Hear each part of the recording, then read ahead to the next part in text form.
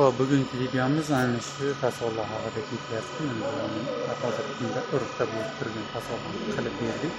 Diklamani ko'rib baho berasizlar.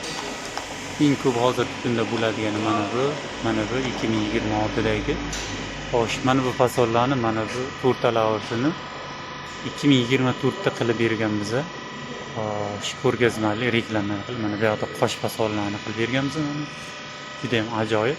Hozirgi kunda urfda bo'lib turgan mana 2026dagi oppoqqina qadnitonni nimalarni qoshlarni qilib berdik. Ko'rib baho berasizlar. Bular ham juda ham ajoyib holatda chiqqan. Fasollari ham bunaqa ko'p bo'lmaydi. Mana shunaqa ranglar har xil kelib tanlanadi. Qaysi fason yoqsa shunga qarab qilib beradi. Kuzatishda davom etamiz. Kimga shunday sifatli texnik xizmatlari kerak bo'lsa, ekrandagi raqamga murojaat qilasizlar.